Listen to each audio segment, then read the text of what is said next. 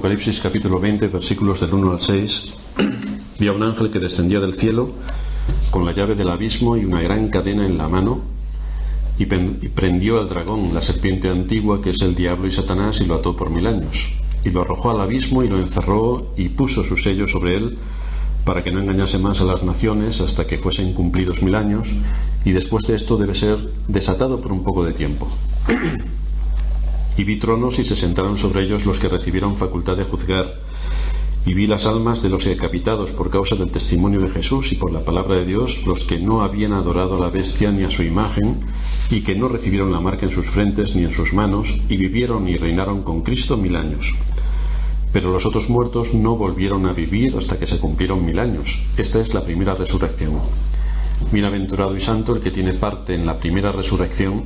La segunda muerte no tiene potestad sobre estos, sino que serán sacerdotes de Dios y de Cristo, y reinarán con él 1000 años.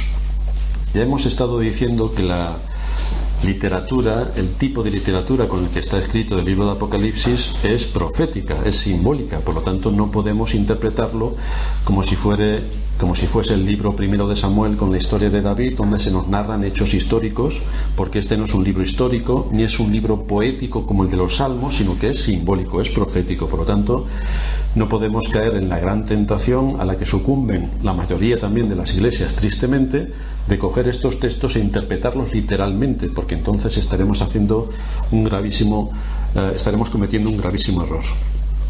La semana pasada pudimos ver cómo Satanás es atado y cuál es la interpretación correcta de acuerdo al contexto general de la enseñanza de la Escritura en este libro en particular, que nos está expuesto en secciones y con la dimensión global de las Sagradas Escrituras. Hicimos una partición del capítulo en 4 secciones. En primer lugar, los versículos del 1 al 3, donde vemos cómo el milenio es el momento cuando Satanás es atado. De manera que entendemos que por las enseñanzas de las Escrituras, que el reino que muchos ubican en el futuro, el milenio que muchos ubican en el futuro, para nosotros ya ha sido establecido desde la primera venida de Cristo, tal y como se nos enseña amplia y claramente en las Escrituras. Cuando Cristo vino, ya trajo consigo el reino. Tenemos suficientes argumentos para decir que antes de la venida de Cristo el mundo estaba en tinieblas, exceptuando la nación de Israel, que fue el pueblo escogido por Dios y a quienes se les dieron los pactos y las promesas. El resto del mundo no tenía la más mínima idea del plan redentor de Dios. Por lo tanto, estaban absolutamente hundidos en su oscuridad. Pero después de la muerte de Cristo, en el día de Pentecostés, el Evangelio fue anunciado a todas las gentes para que creyesen a la fe. Fue el inicio de la proclamación del Evangelio a todas las gentes, siguiendo el mandato de lo que el Señor había dicho antes de abandonar este mundo. Id y predicad el Evangelio a toda criatura. Y con esto se rompió la limitación en el anuncio del Evangelio, que estaba restringido a las fronteras físicas de Israel. En el día de Pentecostés, el Evangelio empezó a ser anunciado a todas las criaturas.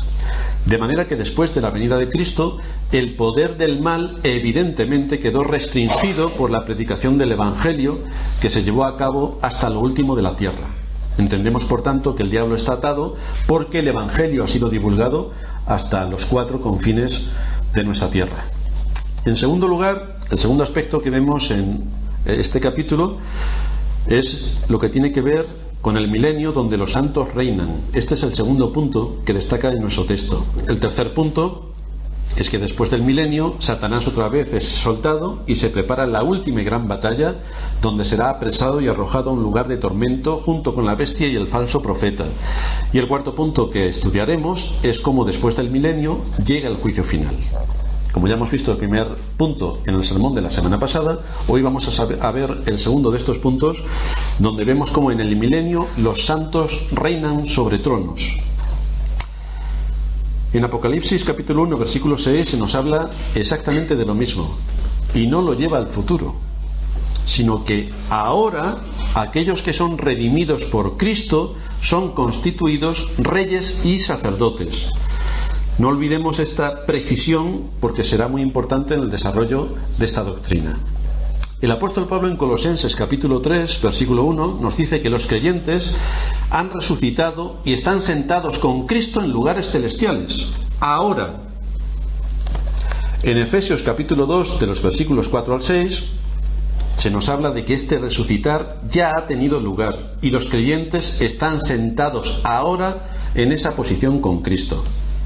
Esto desde luego es un estímulo y aliento para aquellos creyentes e iglesias a los que se les envió esta carta, para hacerles saber que aunque estuvieran padeciendo, y en este caso persecuciones terribles por parte de Roma, el gran promotor de todo su mal, Satanás, estaba limitado, estaba encadenado y tenía un poder restringido. No podría hacer más de lo que Dios le había permitido. Por eso la verdad del Evangelio podría seguir avanzando y la Iglesia permanecería firme para que por medio de ella muchos pudieran venir al conocimiento de la verdad. Ese es el propósito que tiene la Iglesia: ser columna y baluarte de la verdad para seguir transmitiendo el mensaje de Cristo y hacer que pecadores vengan al conocimiento de la verdad. Así que vamos a estudiar en esta mañana los versículos del 4 al 6 de este pasaje, que trata del reinado de los santos durante 1000 años. Repetimos el texto para recordarlo.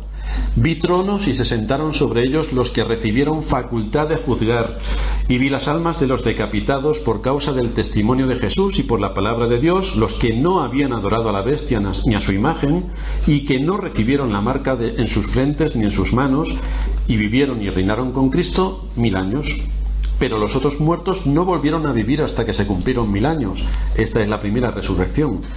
Bienaventurado y santo el que tiene parte en la primera resurrección. La segunda muerte no tiene potestad sobre estos, sino que serán sacerdotes de Dios y de Cristo y reinarán con él 1000 años. La primera pregunta que debemos hacernos cuando nos acercamos a lo que acabamos de leer es: ¿dónde están estos tronos a los que se refiere aquí? Si Juan está viendo las almas de los decapitados, es bastante simple llegar a la conclusión de que donde tiene lugar la visión ha pasado de la tierra, que estaba en los primeros 3 versículos, al cielo. Hemos cambiado, por tanto, de contexto. Podemos decir que, puesto que el periodo de 1000 años descrito en estos 6 versículos es el mismo, hace referencia al mismo periodo, los versículos del 1 al 3 describe lo que sucede en la tierra durante ese tiempo, y los versículos del 4 al 6 describe lo que sucede en el cielo en ese tiempo. Esto es lo que nos muestra un análisis cuidadoso del texto. Juan está viendo a aquellos que habían recibido la facultad de juzgar, sentados sobre tronos, lo que es una forma de expresar la idea de que están reinando con Cristo. ¿Dónde están nuestros antepasados en la fe? ¿Dónde están? ¿Están en el purgatorio? ¿Están en el Hades? ¿Dónde están? La Escritura nos dice que están reinando con Cristo. Los muertos están reinando con Cristo. El reinar con Cristo incluye algún tipo de participación en la actividad jurídica que Cristo ejerce. El hecho de reinar y juzgar pueden ir juntos. De ahí que encontremos estas palabras de Cristo a sus discípulos cuando en Mateo 19:28 les dice: de cierto os digo que en la regeneración, cuando el Hijo del Hombre se siente en el trono de su gloria, vosotros que me habéis seguido también os sentaréis sobre 12 tronos para juzgar a las 12 tribus de Israel. Por lo tanto, el Señor está dando a su pueblo una posición de autoridad y de juicio.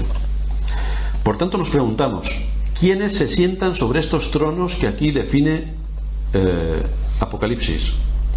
Porque si miramos nuestro texto veremos que aquellos a quienes Juan vio en esta visión se dice que vivieron o revivieron, como dice otra versión, y que los distingue de los otros muertos que se mencionan en el versículo 5. Por lo tanto, aquí hay unos muertos que distingue de otros muertos. Hay 2 tipos de muertos. Y recordar que también hay 2 tipos de vivos: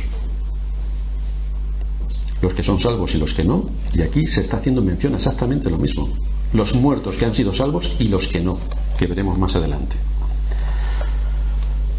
Juan tiene una visión de cierta gente que ha muerto y a quienes él distingue de otro tipo de gente que también ha muerto. Por eso dice el versículo 5: pero los otros muertos no volvieron a vivir hasta que se cumplieron 1000 años, mientras que los primeros muertos estaban viviendo y reinando durante 1000 años. Por lo tanto, distingue 2 tipos de muertos. Al examinar el versículo 4 con cuidado, parece que Juan ve aquí, dentro de los muertos de una categoría, 2 clases también: un grupo más grande de creyentes muertos y un grupo menor de aquellos que murieron como mártires por la fe cristiana. vi tronos, y se sentaron sobre ellos los que recibieron facultad de juzgar. Aquí están todos. Y luego, y vi las almas de los decapitados por causa del testimonio de Jesús. Por lo tanto, diferencia de entre aquellos que están con Cristo, entre los que murieron siendo creyentes de forma natural, y aquellos que murieron por defender la fe. La primera parte del versículo describe a ese tipo de creyentes que han muerto de forma natural, a quienes Juan ve sentados sobre tronos, compartiendo el reinado de Cristo, ejerciendo la facultad de juzgar. Este reinado, desde luego, es el cumplimiento de una promesa que ya se nos había anunciado antes en Apocalipsis, en el versículo 21 del capítulo 3. Al que venciere, le daré que se siente conmigo en mi trono, así como yo he vencido y me he sentado con mi Padre en su trono. Pero esto no ocurre cuando venciere dentro de no sé cuántos miles de años y se inicia el milenio. No. Se refiere a cuando mueras, que ya todo ha quedado cerrado. A medida que la visión continúa, Juan identifica un grupo específico de creyentes, los mártires. Vi las almas de los decapitados por causa del testimonio de Jesús y por la palabra de Dios, los que no habían adorado a la bestia ni a su imagen y que no recibieron la marca en sus frentes ni en sus manos. Las palabras con las que aquí define a esta serie de personas, las almas de los decapitados, se refieren evidentemente a los mártires cristianos que habían entregado sus vidas antes de negar a Cristo. Prefirieron ir a la muerte antes de negar a Cristo. Este pasaje es paralelo, hemos visto que Génesis está dividido en secciones, es paralelo al capítulo 6, versículo 9. Allí se nos dice: cuando abrió el quinto sello, vi bajo el altar las almas de los que habían sido muertos por causa de la palabra de Dios y por el testimonio que tenían. Por lo tanto, vemos en otras secciones que esta realmente es la evidencia y que aquí vuelve a corroborar el hecho de que estamos viendo un mismo suceso enfocado con distintas cámaras, y cada vez que cogemos una de estas cámaras, que es una sección distinta del libro, se nos enseña, se nos muestra un aspecto completamente distinto que con la otra cámara no habíamos visto. Un mismo suceso, distintas cámaras, que nos amplía la visión sobre lo que el apóstol nos está describiendo. Cuando Juan añade que aquellos a quienes aquí describe no habían adorado a la bestia ni a su imagen, está dando la descripción de los mártires cristianos, que tenían que ponerse de rodillas ante las estatuas de César o ante las muchas estatuas que en aquellos tiempos había. Sabemos, por lo que nos dice Apocalipsis 13:15, que aquellos que rehusaban adorar a la imagen de la bestia serían ejecutados. Nos dice el texto: se le permitió infundir aliento a la imagen de la bestia, para que la imagen hablase e hiciese matar a todo el que no la adorase. Y encontramos como en la antigüedad el no adorar a este tipo de imágenes constituía un delito que tenía que ver con la pena de muerte. La visión, por tanto, tiene que ver, por una parte, con las almas de todos los cristianos, es decir, hemos pasado de los 3 primeros versículos que nos habla de la tierra a los segundos 3, del 4 al 6, que nos habla del cielo. Tiene que ver, por una parte, con las almas de todos los cristianos que habían muerto, pero en particular con las almas de aquellos que pagaron su lealtad a Cristo muriendo como mártires. Aquí están, aquí aparecen.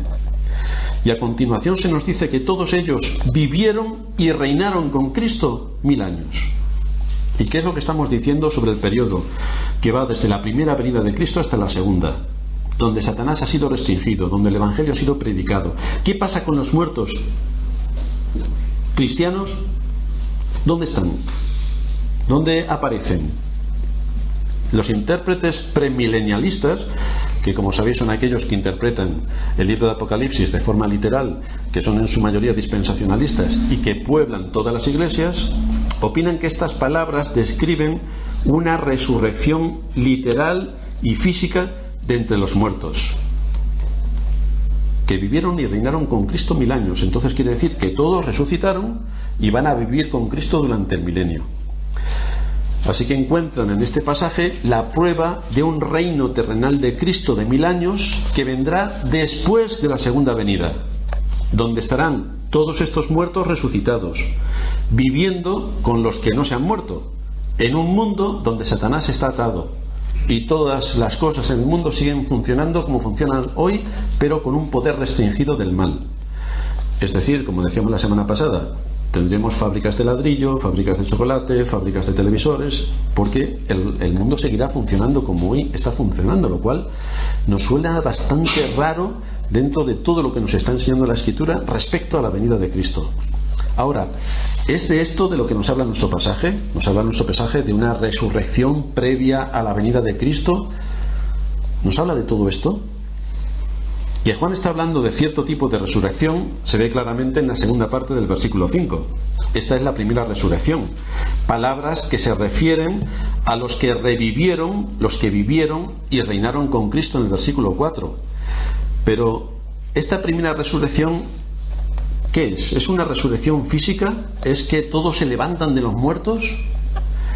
Pues más bien parece que no.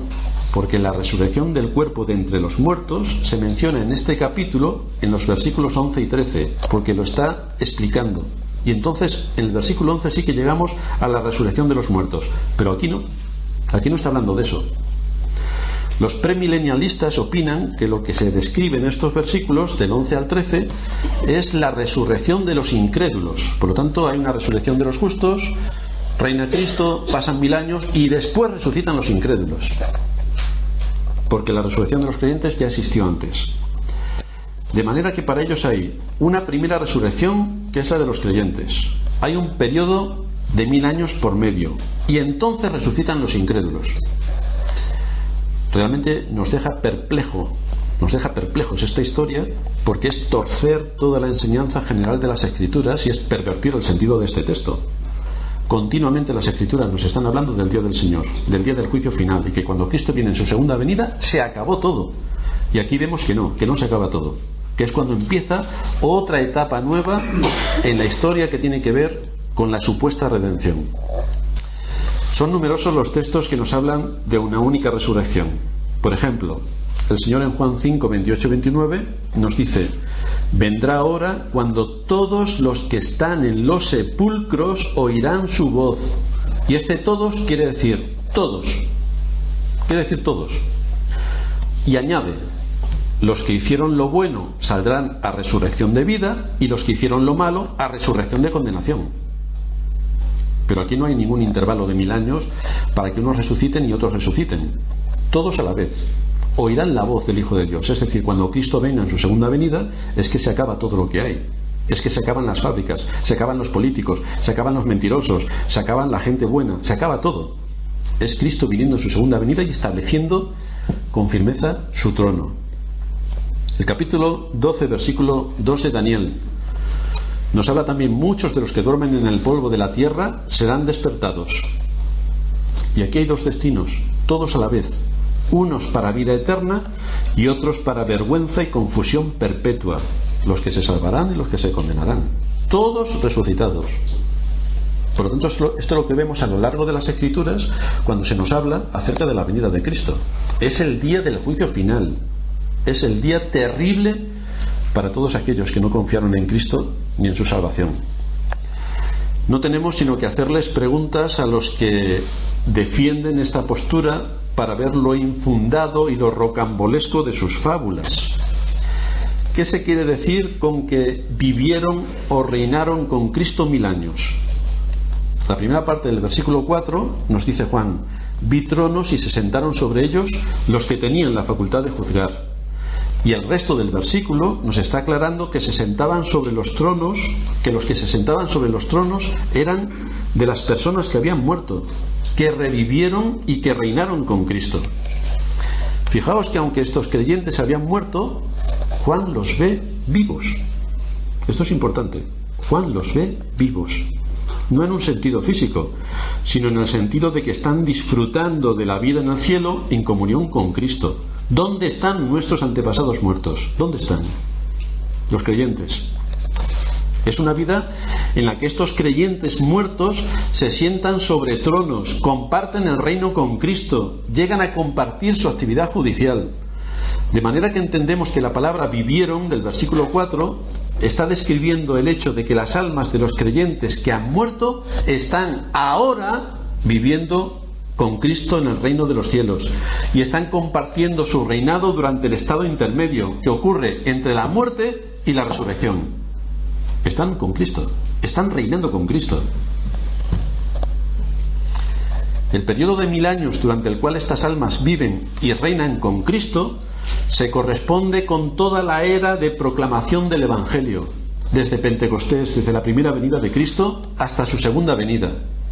El milenio, por tanto, tenemos que seguir incidiendo en que es ahora. Es que es ahora cuando estamos en el milenio. El reinado de Cristo con los creyentes durante este milenio no es un reinado terrenal, es un reinado celestial. Los creyentes que han muerto están reinando con Cristo. Lo están haciendo ahora. Están disfrutando con Cristo ahora. Ellos son conscientes de la situación en la que se encuentran y están disfrutando de la situación en la que se encuentran. Están reinando con Cristo. En el tiempo en el que vivió nuestro Señor, recordaréis que había una gran presión por parte de una denominación judía, que eran los saduceos, que negaban la resurrección del cuerpo. Y ante ellos, que renegaban y negaban esta situación, el Señor les quita las palabras que Dios le dio a Moisés desde la zarza ardiente. Es un texto que encontramos en Lucas 20:37.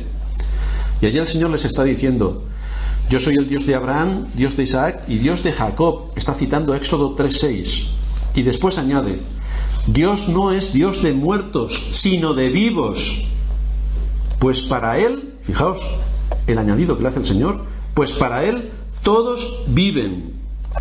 Con lo cual el Señor está exponiendo la doctrina de la resurrección del cuerpo usando el texto del Pentateuco que los saduceos admitían como verdadera palabra de Dios. Pues con su mismo texto les demuestra que Dios no es un Dios de muertos, cuando ellos estaban defendiendo que no hay resurrección de los muertos.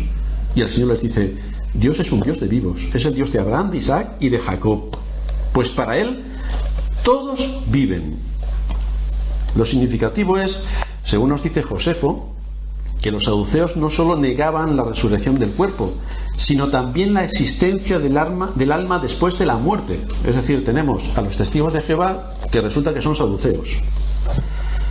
Pero la doctrina de los saduceos es que las almas mueren con sus cuerpos, decía Josefo. Sin embargo, en su respuesta, el Señor corrige no solamente la negación de los saduceos respecto a la resurrección, sino que también corrige la negación que ellos hacían sobre la existencia del alma después de la muerte. Por eso el Señor está diciendo: Dios no es un Dios de muertos. Lo cual significa que los patriarcas viven ahora. El Dios de Abraham, de Isaac y de Jacob. Después de su muerte y antes de su resurrección, viven ahora. Y además le añade, para culminar su declaración, las palabras: para Él todos viven. Todos los que han muerto están viviendo en el Señor. El tiempo verbal que se traduce aquí como viven no es futuro.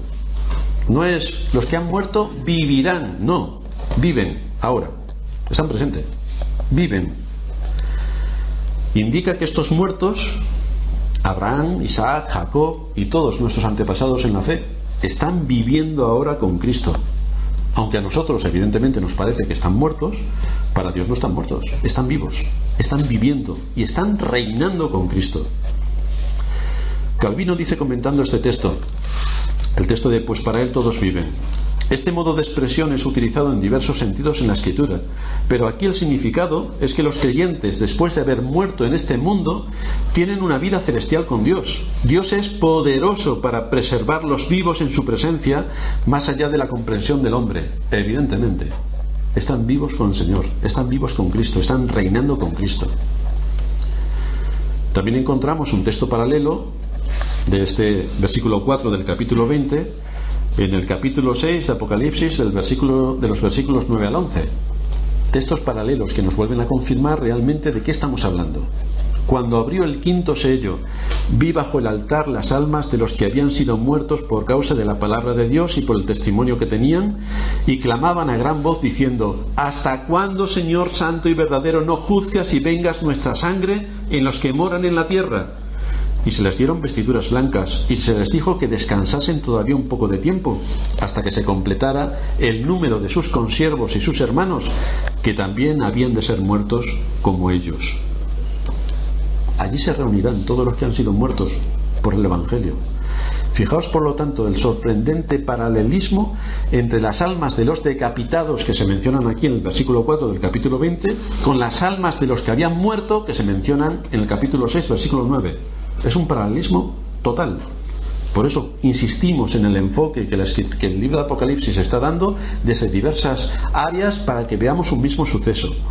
Las dos visiones y las dos secciones tienen que ver con mártires muertos. Las almas de los mártires muertos que se describen en el capítulo 6 están conscientes, son conscientes de la situación en la que están. Se les puede hablar, se les dan vestiduras blancas, se les dice que descansen. Y las vestiduras blancas y el descanso sugieren que están disfrutando de un tipo provisional de bienaventuranza antes de la resurrección, que es lo que nosotros llamamos el estado intermedio, lo que media entre nuestra muerte y el día de nuestra resurrección. ¿Dónde estamos los creyentes? Desde que morimos hasta que resucitamos con Cristo. ¿Dónde estamos? Estamos sentados con Cristo en los lugares celestiales. Estamos ya disfrutando de todo lo que Cristo ganó para nosotros en la cruz. Esto se parece mucho a la situación de las almas descritas en el capítulo 20, de las que se dice que revivieron y reinaron con Cristo mientras esperaban la resurrección de los muertos. Así que podemos apreciar el significado de esta visión cuando recordamos que en los tiempos de Juan la Iglesia se veía oprimida y perseguida por causa de su defensa de la fe. Y sería un gran consuelo para los cristianos del tiempo de Juan saber que aunque muchos de sus hermanos creyentes habían muerto, muchos de ellos ejecutados en situaciones terribles, estos hermanos muertos en la fe estaban ahora vivos en el cielo, en lo que respecta a sus almas, y estaban reinando con Cristo. Este es el consuelo que la Escritura estaba dándoles a tantos como habían perdido a sus seres queridos a causa de la fe. Desde luego no hay ninguna indicación en estos versículos de que Juan esté describiendo un reino terrenal de 1000 años donde los creyentes están reinando literalmente. Si leéis a fondo el versículo y el texto veréis que no aparece nada de todo esto. La escena, como estamos viendo, está ubicada en el cielo. Nada se dice en estos versículos respecto a la tierra, en los versículos 4 al 6. No se dice nada respecto a Israel, que ya es para echarle fantasía al asunto. Nada se dice de que Jerusalén va a ser el centro mundial del gobierno mundial. Tampoco se dice nada aquí respecto a los creyentes que estén en la tierra durante el reinado del milenio, porque la visión trata exclusivamente de creyentes que han muerto, que están con Cristo ya, que están reinando con Cristo, que están disfrutando de todo lo que Cristo ganó para ellos en la cruz. El reinado de este milenio no es algo que debemos esperar en el futuro, es algo que está presente ahora.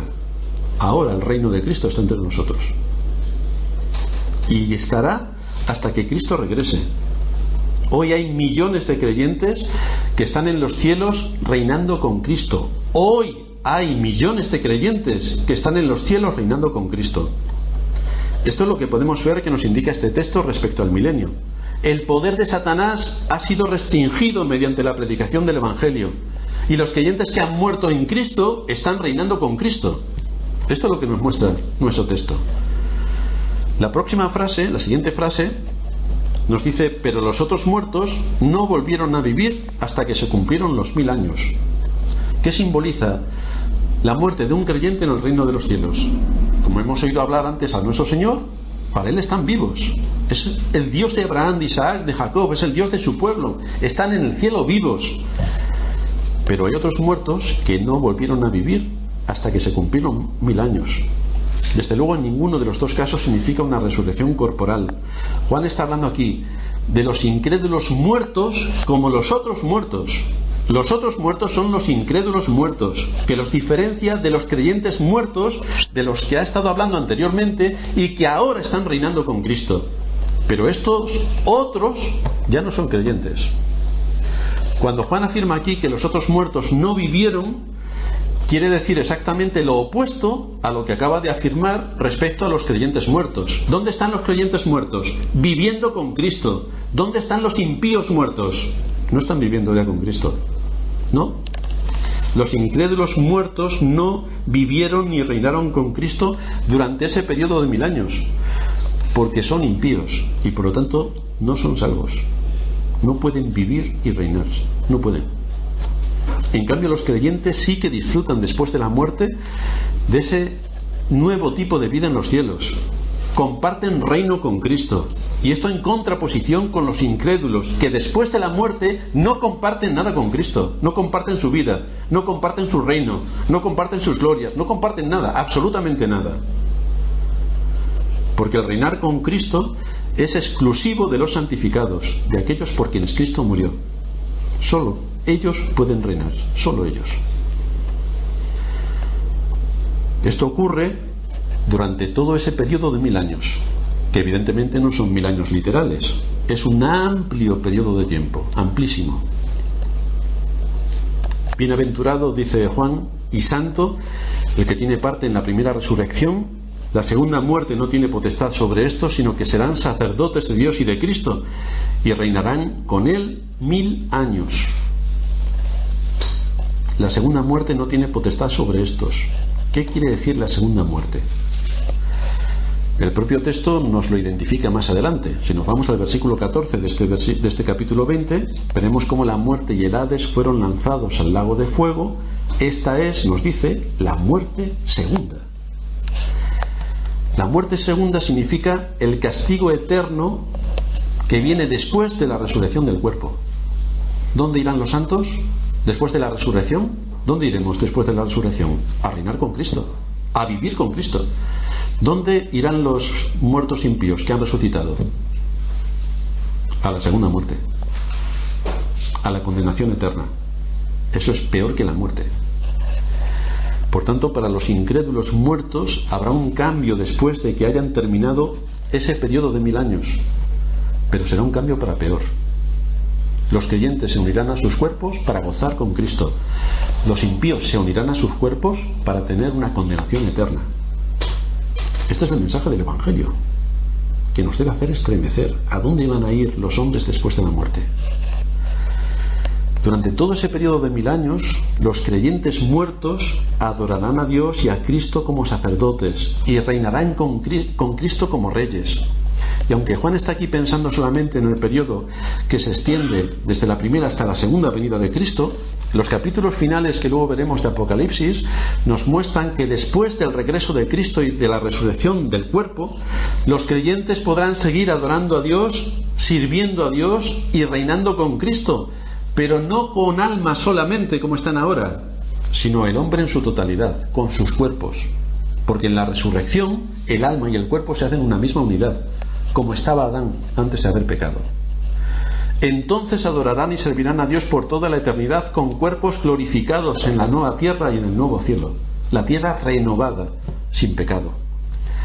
De manera que cuando analizamos este pasaje, no encontramos absolutamente nada respecto a un reino terrenal de Cristo, que encima es sobre un reino judío y que todos los judíos se convierten.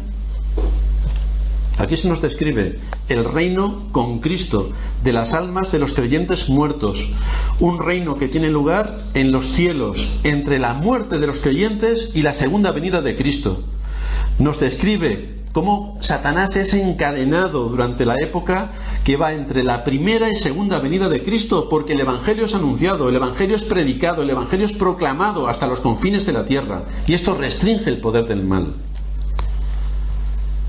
Por mucho que se empeñen los dispensacionalistas, el reino de Cristo no es de este mundo. Cristo no va a venir para instaurar un reino político y en vez de tener a Obama o a Rajoy, pues resulta que va a ser Jesús. No. Precisamente esto es, como recordaréis, lo que estaban esperando los judíos de la época del Señor, que viniese el descendiente de David con sus ejércitos y les liberase del poder romano y por fin pudieran ellos dominar al mundo. ¿Y Cristo para qué vino? ¿Para qué vino Cristo? Si en vez de llegar con un caballo blanco, entró en Jerusalén con un pollino. Todo lo contrario a lo que ellos estaban esperando según su imaginación, pero porque habían perdido de vista las Escrituras. Y esto es lo que los dispensacionalistas están esperando hoy, que venga un reino mundial donde Cristo sea el presidente como Obama y que sea un poder mundial que esté sometido a él. con todo el sistema político, económico, como funciona ahora, con un poder restringido de Satanás, pero todo funcionando más o menos igual. Desde luego, el Señor chocó frontalmente con la idea que tenían sus contemporáneos sobre el reino, que es lo que esperaban. El reino que por fin se va a instaurar en Jerusalén y que va a dominar el mundo. Para ellos implicaba que el Mesías llegase para aplastar a los enemigos de Israel, como David había hecho con sus enemigos en su tiempo, que aplastó a todos sus enemigos y unificó el país. Eso es lo que esperaban.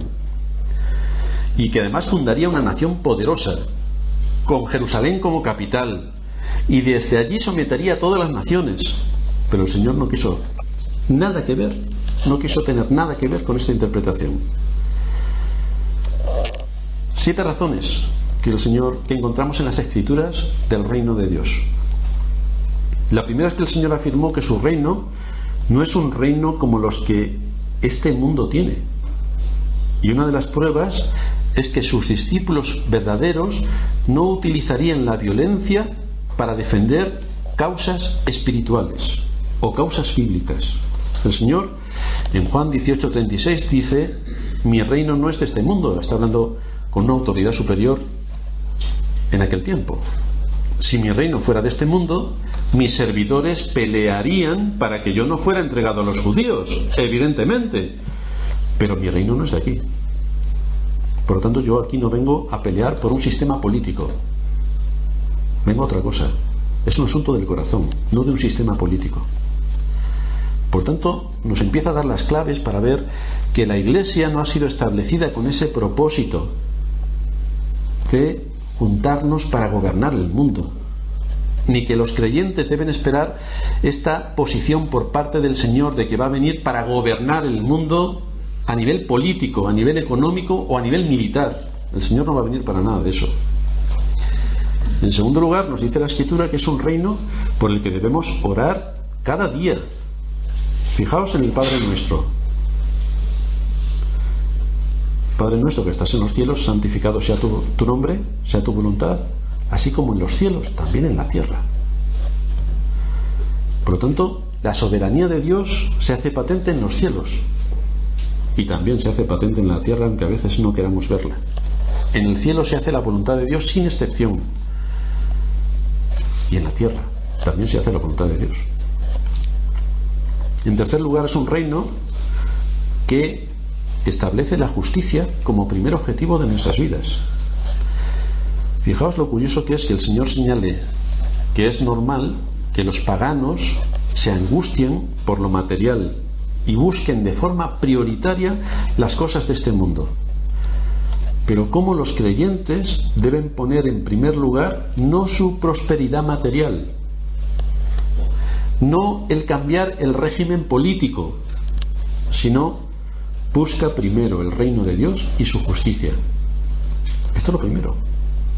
Por lo tanto, ¿en qué se asemeja esto a un reino político que se vaya a instaurar?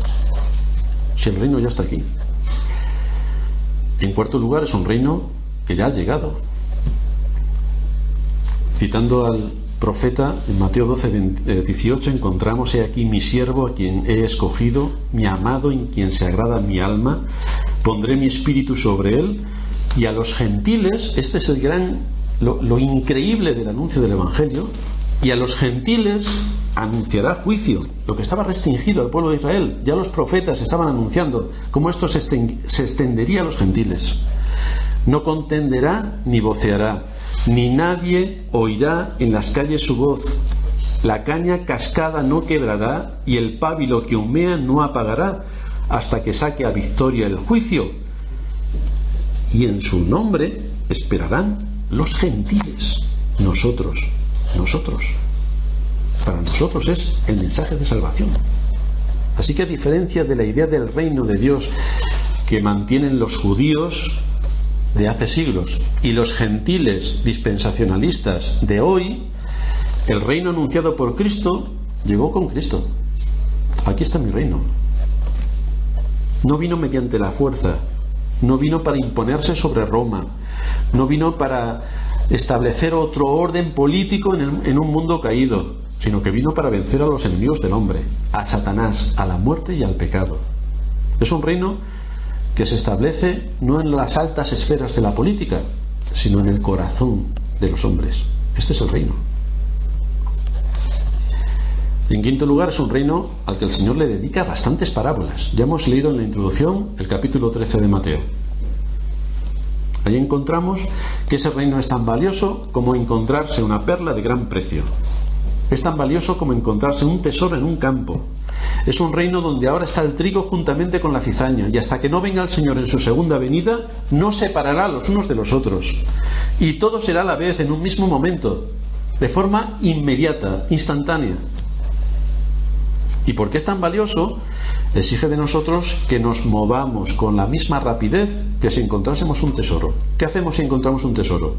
En una tierra, en un terreno que no es nuestro. Pues hacemos todo lo posible por comprar el terreno y sacar el tesoro de allí. En sexto lugar, es un reino que va a ser predicado a todas las naciones, antes del final de la historia. De hecho, cuando todos hayan podido escuchar las buenas nuevas del reino, es cuando se acaba el tiempo de la gracia. Y en séptimo lugar, ¿quiénes pueden entrar en el reino? Los ricos, los que hacen muy buenas obras. ¿Quiénes pueden entrar en este reino? Resulta que en la entrada en este reino, acordaos de los discípulos del Señor, que iba la madre de ellos diciéndole: Señor, ¿y quién de ellos se sentará a tu izquierda y a tu derecha en el reino de los cielos? ¿Quién será el mayor? La entrada en el reino de los cielos no se gana, ni se paga, ni se consigue por méritos propios, porque es un regalo de la buena voluntad de Dios. Es un regalo de la buena voluntad de Dios, no de la buena voluntad del hombre, de la buena voluntad de Dios. Por eso decía el Señor que las prostitutas y los publicanos van los primeros al reino de los cielos, porque los fariseos, con tanta justicia, no necesitaban que nadie les perdonase sus pecados. Pero aquellos que son pecadores sí que necesitan de la justicia de Cristo para entrar en el reino de los cielos. Este es el reino de Dios que está entre nosotros. Este es el reino de Dios al que tenemos que dedicarle tiempo. La comodidad y nuestros intereses personales son incompatibles con el reino. Incompatibles. Y mientras que estamos en este mundo, sabemos que nuestros antepasados en la fe y los que murieron por causa de la palabra, entregando sus vidas para defender la fe, están reinando con Cristo.